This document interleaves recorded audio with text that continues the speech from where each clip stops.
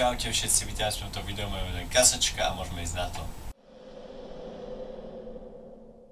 Dnes to máme pekný teplý deň a bola by škoda ho presedieť doma. To už je lepšie. Maturanti maturujú, študenti študujú, zamestnanci pracujú. Každý sa snaží prejsť týmto dňom. Ale keď ste ľudia museli v prírode? Jedna z nevýhod väčších miest je to, že príroda môže byť menej dostupná. Predsa len, komu sa chce po celom dni ťažkej práce ísť ešte niekam do lesa? Väčší si niekde sadne a oddychuje. A čo cez víkend? Cez víkend idú na návštevy, niečo vybavujú a na prírodu znova nie je čas.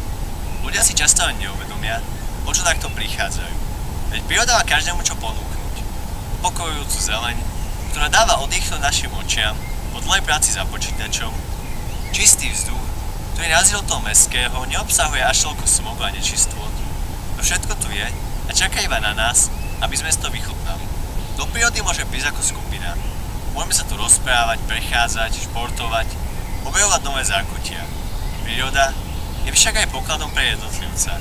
Málo kde sa tak dobre rozmýšľa a urovnáva myšlienky, ako práve v lese.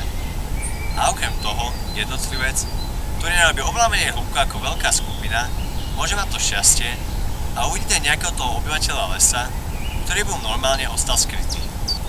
Nezáleží na veku. Príroda má čo ponúknuť každému.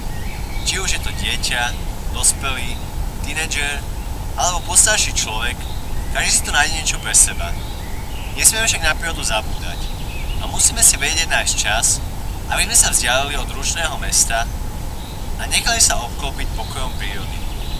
Ďakujem, že ste si pozreli toto video. Budem rád za vaše názory a konštruktívnu kritiku dole v komentároch. Zatiaľ sa majte.